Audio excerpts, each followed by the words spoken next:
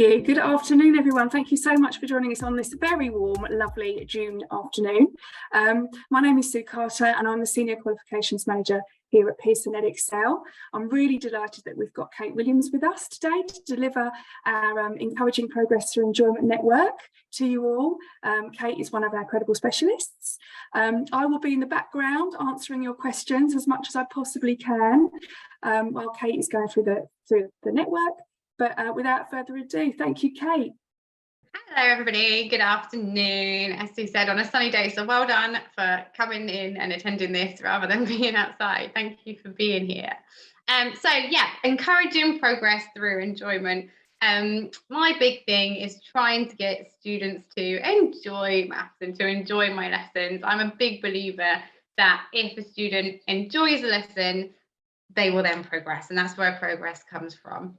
So today we're going to discuss some lesson strategies, ways that you can try and make these lessons a little bit more enjoyable. Don't forget, we're sort of thinking of these students that struggle a little bit more and they don't enjoy just sitting down and doing pages and pages of really complicated maths. They need a little bit more given to them. We're going to look at some escape rooms in key skills documents, some literacy tasks, some maths emporium bits, EdExcel awards, so all of these things that are going to be there. I think you're going to be sent this PowerPoint afterwards, so you can have a little look through as well. Any questions, feel free to put them in the chat. I'll be keeping an eye on that as well, and there might be times that I ask you to give me a little bit of feedback and some responses in there as well, so just keep an eye out. Okay, so first of all, lesson strategies then.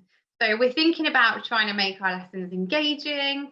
The whole idea is that students are actually enjoying being in their maths lessons.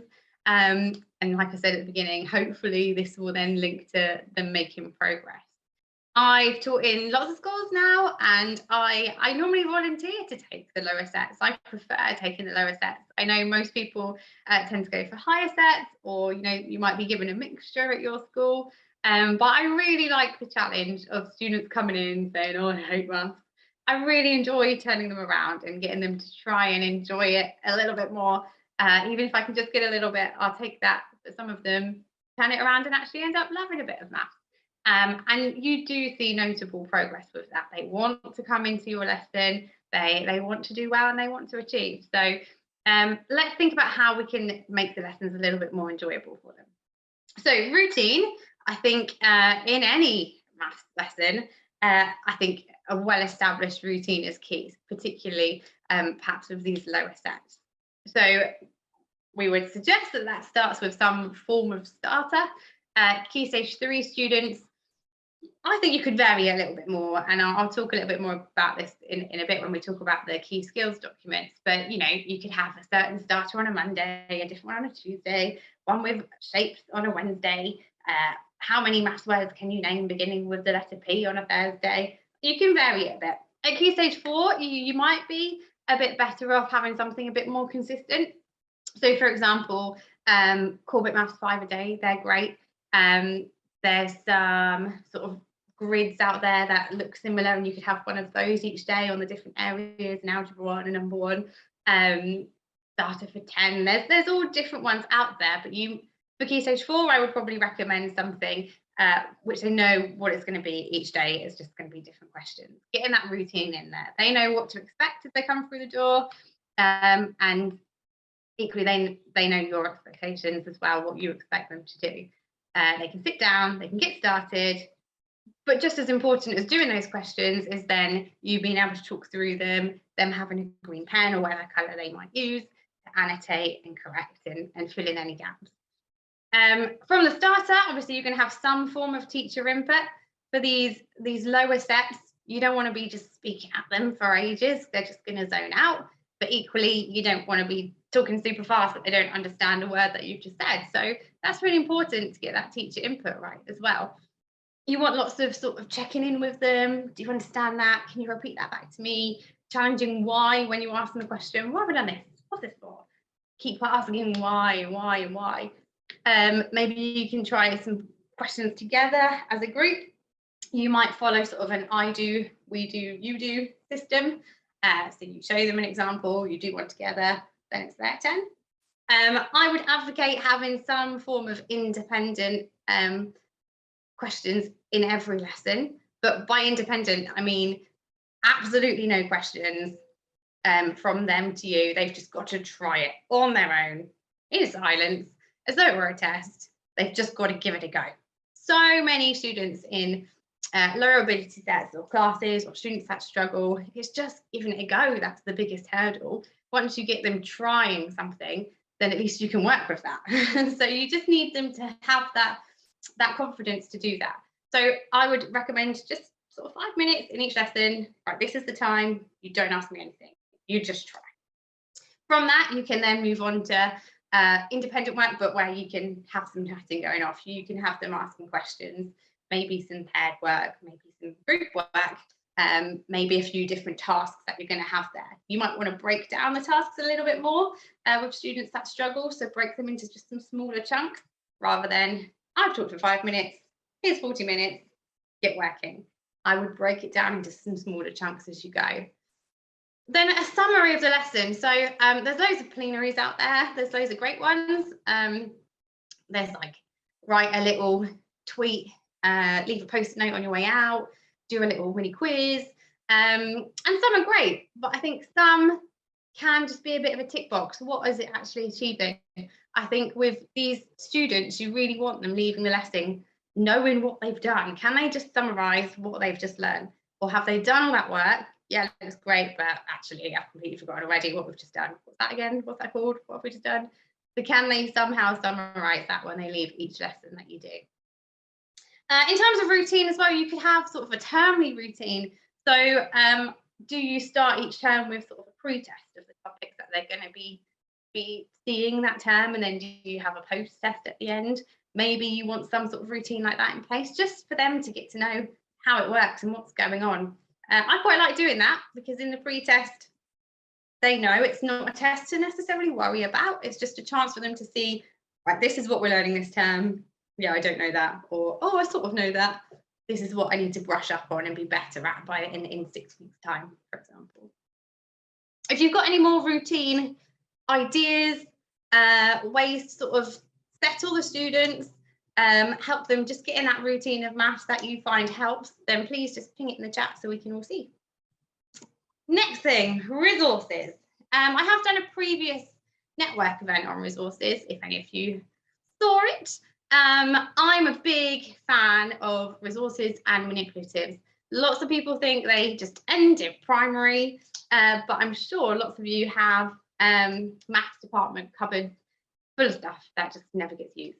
So I would urge you, as it sort of winds down a bit towards the end of term and you might have some Year 11 game time, pop in your cupboard, see what you've got, see what you can have a play with. Key Stage 3, largely, I would say get some manipulatives out to help support their learning, make it a bit more practical. What things can you get to, you know, move around and play with?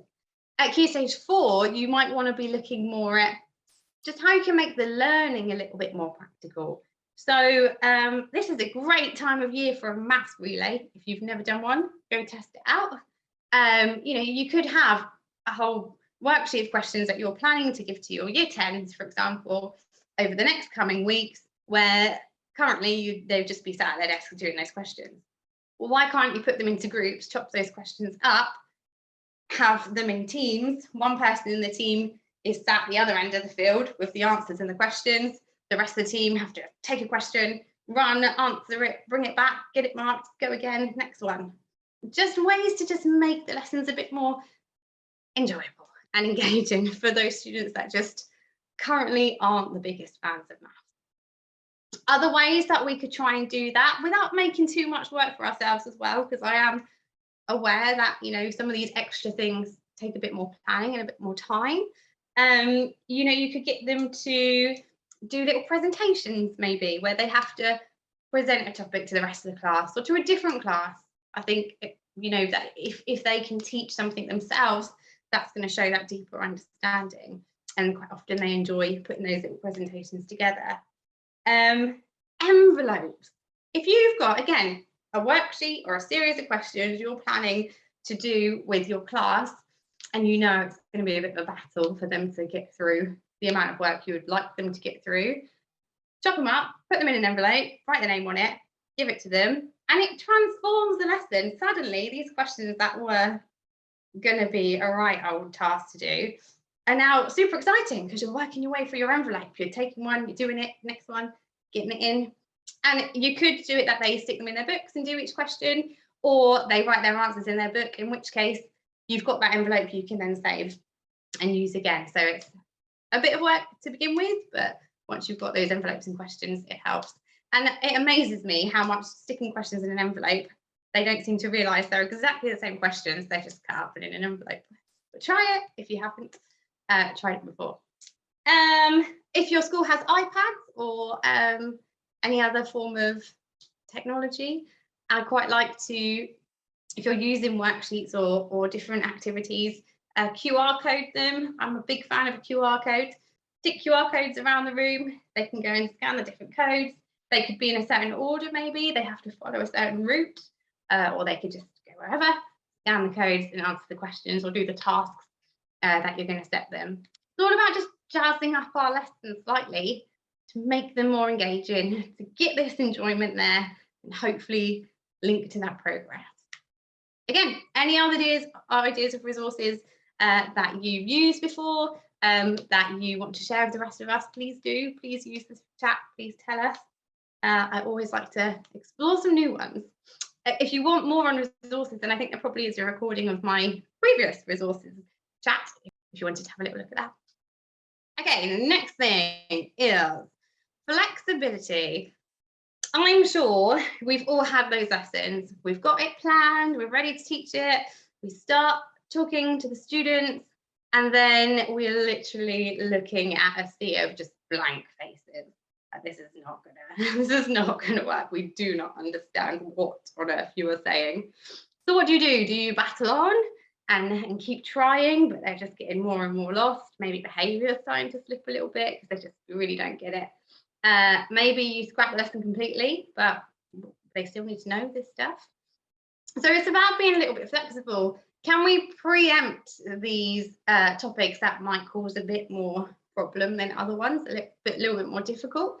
Could we maybe plan so that we're really breaking down into super small chunks as we go through? Could they have sort of little checkpoints that they could get to?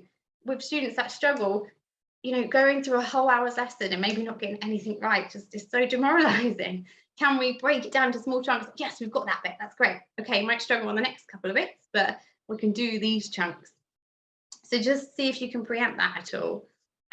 Maybe there's a few students that have sort of got it, it's just the rest of them are looking at you blankly.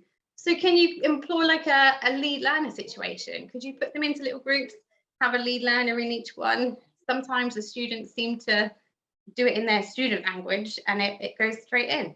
So can you go down that route a little bit? I think it's just important that we're just flexible with our approaches and don't get annoyed when they don't understand. I know it is frustrating. You think, how can you not understand this? But can we think of other ways to show it? Again, you might have some resources that you save for Key Stage 3 mainly, but you think, actually, you know what? Let's go get those back out again. Let's try those, see if that works, see if that will get through. But can you be a bit more flexible in your approaches and just not, okay, you don't get it. Okay, well, we're moving on. Can we try and address that? Then my next one, independent pairs or groups. So like my first one, I think routine is so key. I like to have that starter there. I like to have the teacher input. I like to have some independent time. But every now and then, there's definitely opportunity there to throw in some pair work or some grouped work. And just have a little bit of variety there. I know I've taught in classes before where the thought of doing group work just terrifies me. I just don't want the hassle. But other times, it can be really beneficial. It might mean the noise level goes up slightly. It might mean it's a little bit more chaotic, but actually I think that they can get a lot from it. I'm presuming that most of you teach in ability sets.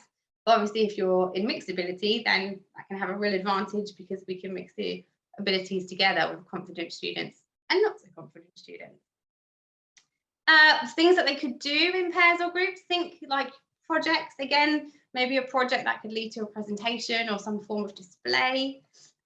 Problem solving, we need to get those problems in there. So even if it's just a discussion before they can write anything. Primary are great at just partner work. Turn to your partner and discuss this, talk about this, have 2 minutes. Not so good at it at secondary, so especially in maths, I think. So maybe see if you can employ that strategy a little bit. Oh, I know what's great for pairs and groups. Big sheets of paper. It's a bit like the envelopes. Give them an envelope with questions. Oh my God, this is amazing. Same with a big sheet of paper. Give them a big sheet of paper. They could still do the same work you had planned for them to do independently, but they're just all working on one corner of a big sheet of paper. Again, it seems to be magic. They love it. So is there easy little things that you can do just to mix it up a little bit? You could then take a picture of that big sheet that they've done, get it in their book so they've still got something there. You could hang it up around the room just for the rest of that lesson. Doesn't have to stay up there forever. Change it next time we do some group work.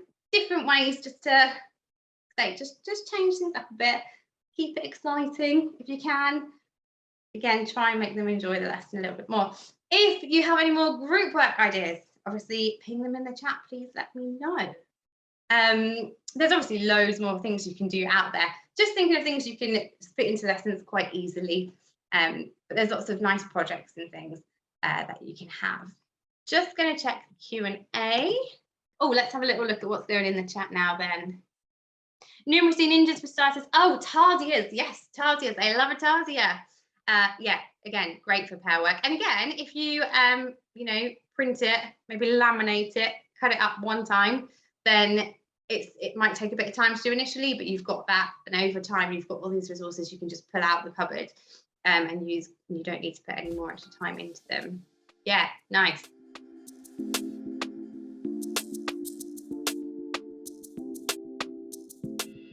So I want to just show you this document called Key Skills at Key Stage 3. I know we're sort of focusing on Key Stage 4 at the moment, but seeing as we're talking about students that struggle a little bit more, then some of you might find this document useful. Again, I've done a network on this before, so apologies if you've seen me talk about it before, but I won't spend too long on it. I think Stu's going to ping the link through it at some point. So this is a document that I created with Pearson a couple of years ago for Key Stage 3. We created one for each year group, so Year 7, Year 8 and Year 9. They basically are a simplified version of what we think those students should really know in Year 7, really know for Year 8 and really know for Year 9. And we've tried to display it in a way that's accessible for both students and teachers. And just when you look at really complicated schemes of work with all these columns, it's quite hard to just pull out the actual information that you want. So we've just tried to simplify it a lot. So this is an example of one. I think this is a Year 8 one, actually. We tried to do a different theme for each year group. As you can see on the left, you've got some key objectives for that term. So calculate and estimate combinations of powers, roots, fractions, and brackets. You could display this to the students at the beginning of each term. They can have this bit just printed off with the objectives in their book, maybe. And this is if you wanted to use it.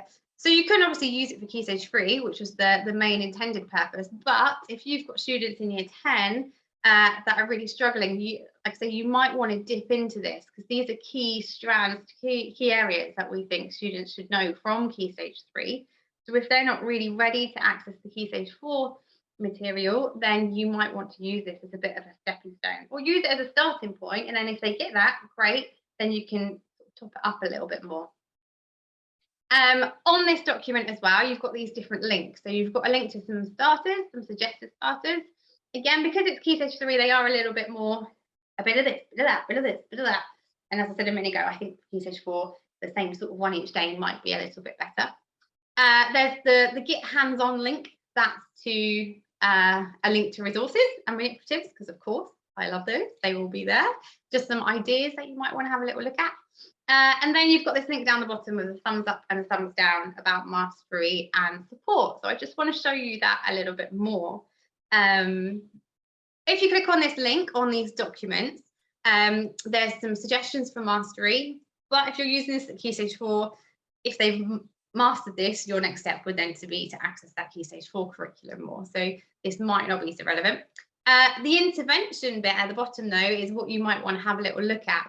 So for each year group, 7, 8 and 9, I created some termly escape rooms for each term and the objectives in each term. And I'll show you what these look like. So basically the whole aim and thinking behind them was, you know, students can go through a term, they've done the classwork, they seem to be coping okay in class with a bit of help maybe, but you get to the end of the term and they've already completely forgotten what you did at the beginning of term.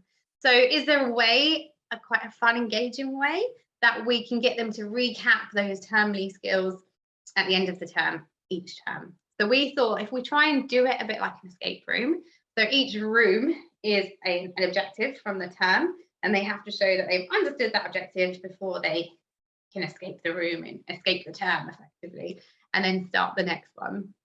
I tried to mix up what they're trying to escape each time. I do this with my students currently, and they really enjoy it actually at the end of each term. They're quite intrigued to see what we're escaping next. I've had cruise ships and schools and shopping centres and all sorts of things. So again, even though this says Key Stage 3, I think these are a really good recap activity to have a little go at. So you might want to try them. The link for this is in the chat. So have a little look. I'll show you what they look like. This is an example of year 9-1. So this is an escaping some form of museum here. You have different rooms. So for example, here you can see to escape the gallery, you need to show that you can correctly solve simultaneous equations. Are you up to the challenge? So if you've got students struggling in Key Stage 4, these are still quite high levels, so you might still want to dip back into them. They have to then answer some questions. So there's a mixture of sort of multiple choice, somewhere they have to show some working, somewhere they have to drag and match up. So it's a bit more engaging than just a page full of questions that they have to answer in their book, for example. If they get the question right, they get a big sign saying awesome, and they're allowed into the next problem. If they get it wrong, they're not allowed through, they have to go back. And as a teacher, you have a screen that looks a bit like this, a dashboard, and you'll be able to see, what students you've got logged in and what question they're currently working on. So you can see who's racing ahead and who's lagging behind a little bit, and you can just keep an eye on those and help them out if you needed to. If you haven't used Desmos before, the link is within the link that Sue sent in the chat. I think you just need to create yourself an account. Then you can just have, you can put your classes in, and you can put in your students, give them all logins, and you can assign them these different tasks.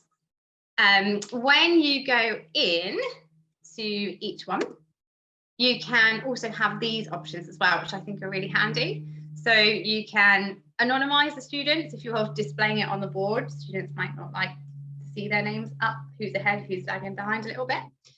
You can set a range of pages for students to have access to, so you can slow the pace a little bit. So there are a few on the multiple choice. You can tell if they're just clicking through and trying all different options, but you might want to just slow that pacing down so you can keep an eye on that a little bit.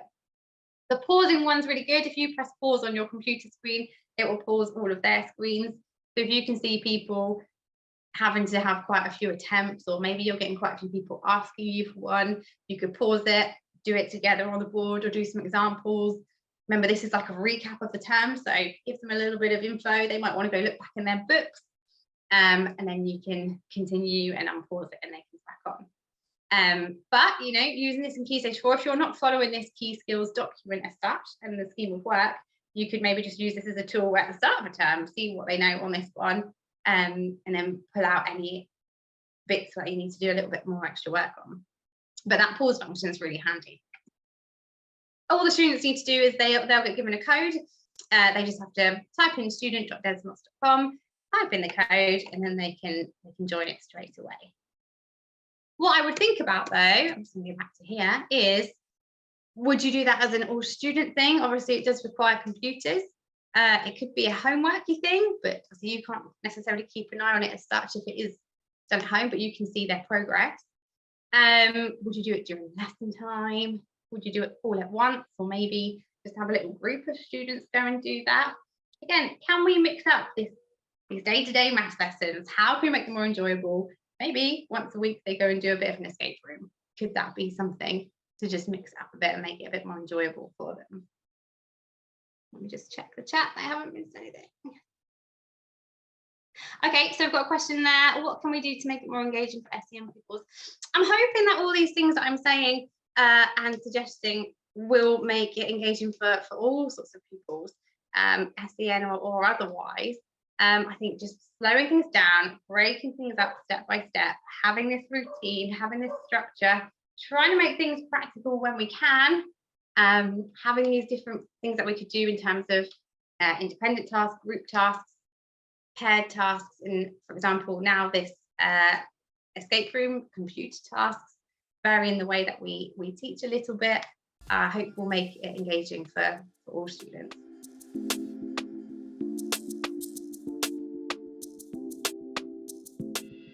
Next bit is these comprehension and literacy tasks. I don't know if any of you have seen these before, but I'm just going to show you where you can find them.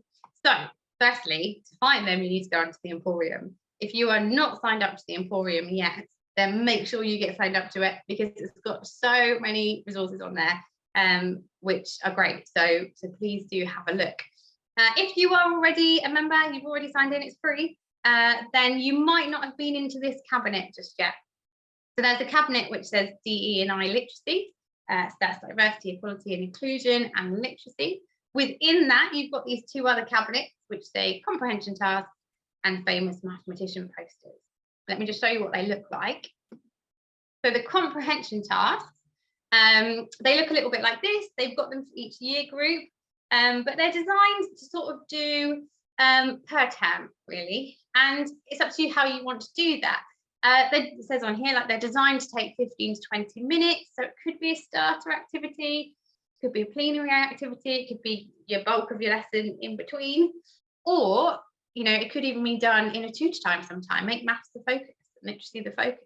If there's a spare, if you might be able to have that say within how your sort of tutor time works at your school. But if you are in sets in your school, which is probably likely, maybe if you're doing this once a term, why not see if you could do this but mix up all the sets and have little mixed groups that do this, or they just could mix with one other class. It's their opportunity. Once a term they can go and mix with the people in the other sets around them. Try and make this a bit of a feature. They're quite an exciting thing to do. So for example, here's a year 10 1, year 10 term 3, all about astronomy. So they've got a bit of reading to do, and then they've got some comprehensions questions down below, but linking to numeracy at the same time. So it's not going to take long, it's not going to take the whole lesson, but it could be a nice little projecty thing to try and get them working on. Again, if they've got that to sort of do each term, jazz it up a little bit, they know what to expect. They might be a bit intrigued as to what one's coming next.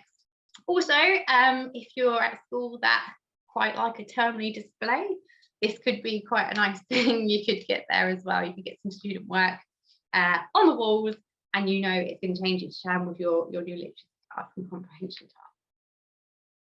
task. Within that Emporium DE&I literacy, you've got the other box which is famous mathematician posters, and they look like this. There's a whole host of them, just to show some mathematicians that have inspired us positively, and hopefully students can get to know them a little bit. It's not often they could name maybe some inspiring mathematicians, so let's get them knowing some. Again, great to have up on display. If you're looking for something new in your maths rooms for September, maybe we can get some of these on there as well. Okay, so back to the Emporium. These are some other cabinets that you can see around there. So we're going to go into the GCSE mathematics one now. If you've been on the Emporium, this is probably the one that you've been in already. So within that, there's still lots more cabinets within the GCSE maths one. But one I want to just draw your attention to is number 11, the practice paper ones. A new feature on the Emporium is these red new banners. So I think they're really handy, because you can see when some new bits have been added. So within that, you've got this gold, silver and bronze cabinet. So if we're thinking about our students that struggle, this is a good place to go. Maybe they can access Key Stage 4 materials, so maybe they don't necessarily need the key skills, key stage 3 bits, but they are just struggling with the foundations here at GCSE. If you go into this cabinet, and we're going to look at bronze because we're not looking at gold, therefore our students that understand it a little bit better. So if we look into bronze, then we've got these, each question is broken down into what steps they should be thinking. Obviously, in a real GCSE, you've just got that question. They need to be thinking of these steps themselves. But these are really good practice to get them into the habit of that. So what should come first? Okay, we've done that step. What should come next? And when I talk about breaking your lessons down into smaller steps, this is the kind of thing we're thinking. How can we break each question down into just those smaller chunks? Remember what I said earlier, just doing that a whole paper or a whole lesson and you've hardly got anything right. No wonder they don't enjoy it. No wonder the progress is not going anywhere. But, you know, if we can break down chunk by chunk, yes, I got that bit. Yes, I got that bit. Okay, I might have struggled on that next bit, but I've had some success there. It's gonna help. So I would really recommend these bronze papers within the Emporium. Next thing I want to draw your attention to is cabinet number 9, which is the aiming for grade 4 practice test. Again, we're not looking for the grade 5, grade 7, grade 9 at the moment. Let's just focus on these grade 4s. So a collection of questions specifically trying to aim for that grade 4. Back into our main cabinet at the beginning, before we've gone into the GCSE Maths one, we've got our Edexcel Awards one. Now this is something that I think lots of people aren't really aware that's there, or I think lots of people log into the Emporium straight into GCSE Maths and there's plenty there to get lost in. But it's worth coming back and having a look in some of these other cabinets. So I'm just going to talk you through them. Again, a new red banner, and Debbie likes that banner too.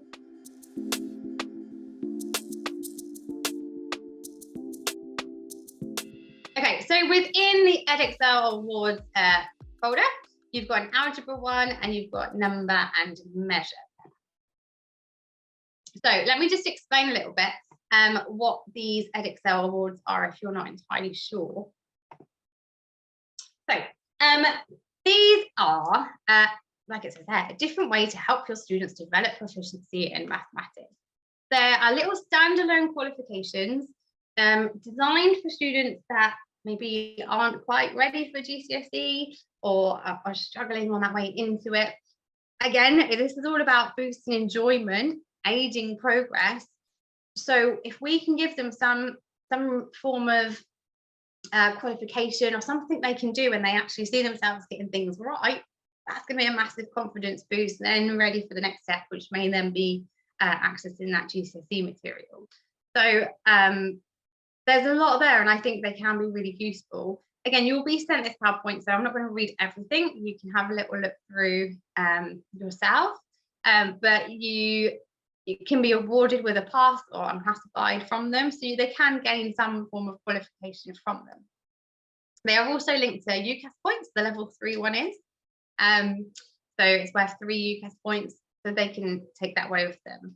Maybe, you know, you might want to start it in year 9. So they've got that there, a bit of a confidence boost before then going into GCSE. I'll show you a bit of a route that you could use them in a second. Or you might just want to have a little look at what resources are there and the material that's there. You might just want to use that with your students and not worry about the qualification necessarily. So algebra, just for an example of the different sort of topics that are there for level 2 and level 3. You might look at that and think, oh, I've just been teaching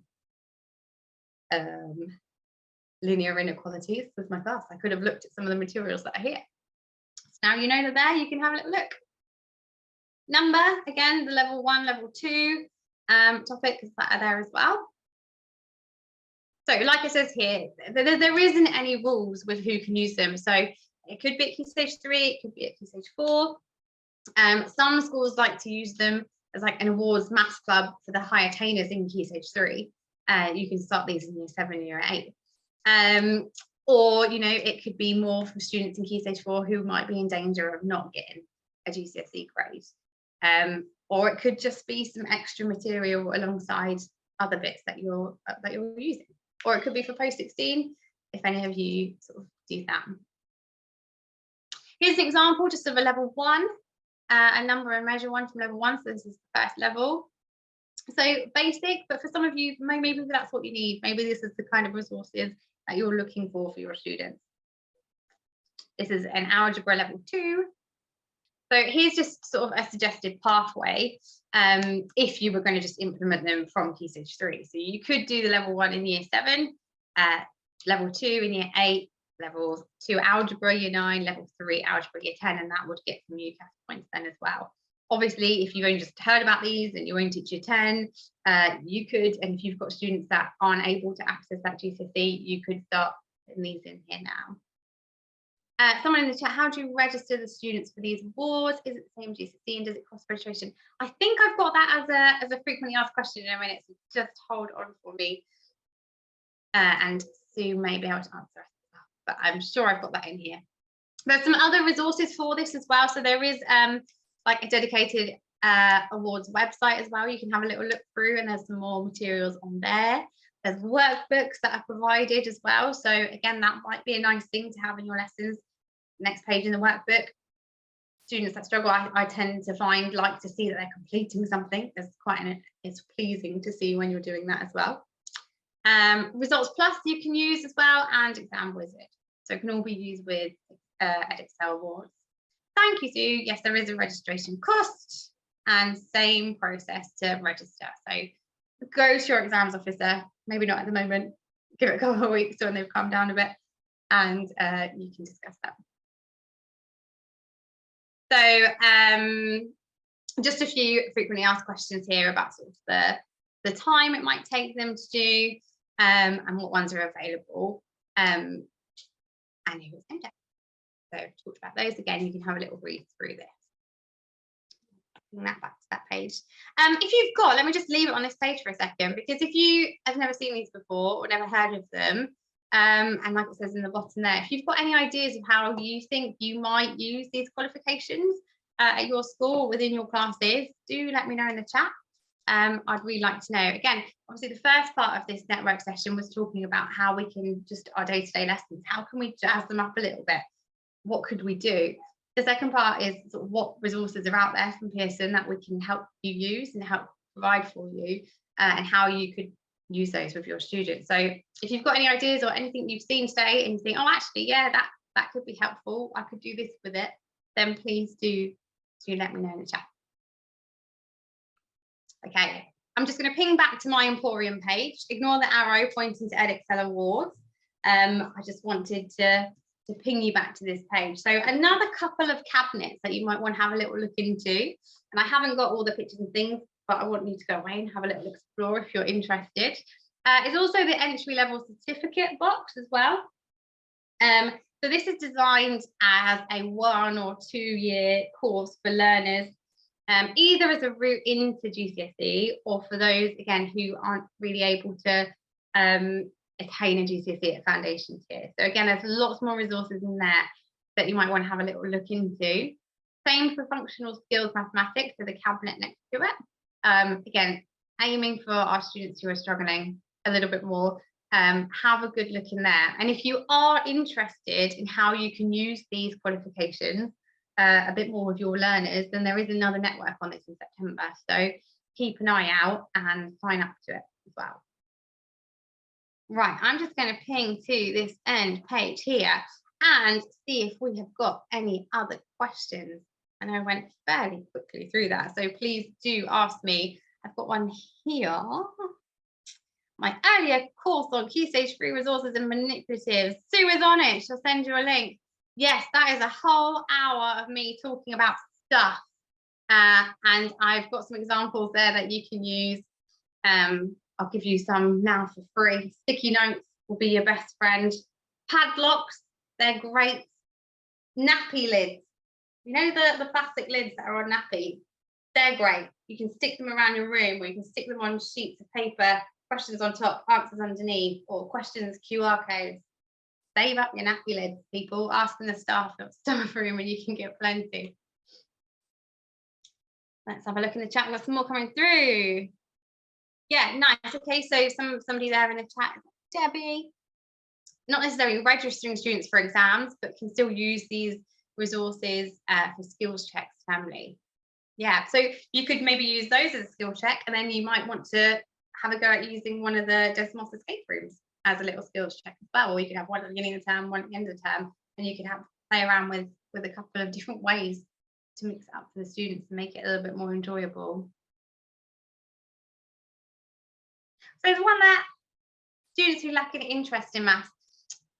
So this is where, you know, the ones that clearly aren't enjoying it, they've got no interest in it.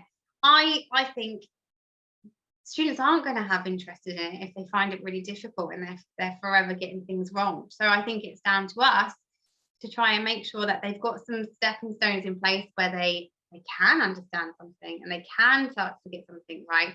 They can see that success, can do it. I mean, I'm sure you've all had moments where you're teaching and you're trying to explain something and you've got that student who gets that light bulb moment and yes, I got it. It brings them so much joy, but it brings you as a teacher so much joy that yes, okay, it's gone through, brilliant. And that's already set a stone that you can now build on and you can work your way through. So I think those students that don't enjoy the subject, they lack motivation. Once they can start seeing that success happening, then we're on to a bit of a winner. There's still work to do, but that's the starting point. If we can then get them through the door into our classrooms, knowing that they're going to have quite a good lesson because they know that you've put this in place, you've got this stuff for them to do, you'll make it a bit more enjoyable. You yourself can be enthusiastic and passionate about your subject, then I think that comes across to the students, and they're going to pick that up, and hopefully, like I say, this is all about them and just enjoying it that little bit more, seeing that success, and over time making that progress. Any other questions for me in the chat? Ping it through. Hopefully, Sue's popped some links in there to my previous ones about resources. If you're going to take anything from today, please go and have a little look at the Emporium and sign up to it if you haven't already. Please have a look at the Key Skills at Key Stage 3 document, because it can be really handy. People can use it in all sorts of different ways, but I think it's worth having a look at, and the escape rooms as well. Have a little go, have a little play around with those.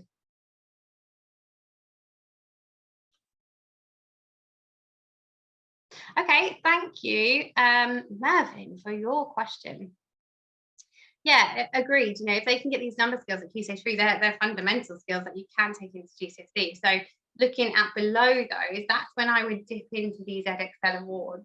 Let me just ping my presentation back to here, for example. So if you look at this level 1 number and measure, this is dropping it down significantly. And if you look into, back to my cabinet, into the functional skills and the entry-level certificate materials, you'll find them below sort of level 1 stuff in there as well. And I know as Pearson, I was talking to a member the other day, we're looking at developing some more of these level 1 star resources. So keep an eye out, but definitely have a look in these cabinets because there is that material in there for looking below. Anything else? No. Okay. Well, I think unless you've got any other questions, thank you very much. Spending your sunny afternoon. Thank you so much, Kate. That was really good. Very informative for a very sunny afternoon. Hopefully you got lots out of it and the links. I am struggling to find your video. So what I'm going to do is I'm going to ask for the link. I'll find it and then I'll ask for the link to be sent out to everybody that's been here this afternoon, because lots of people asked. But thank you so much, Kate. Really informative. Thank you.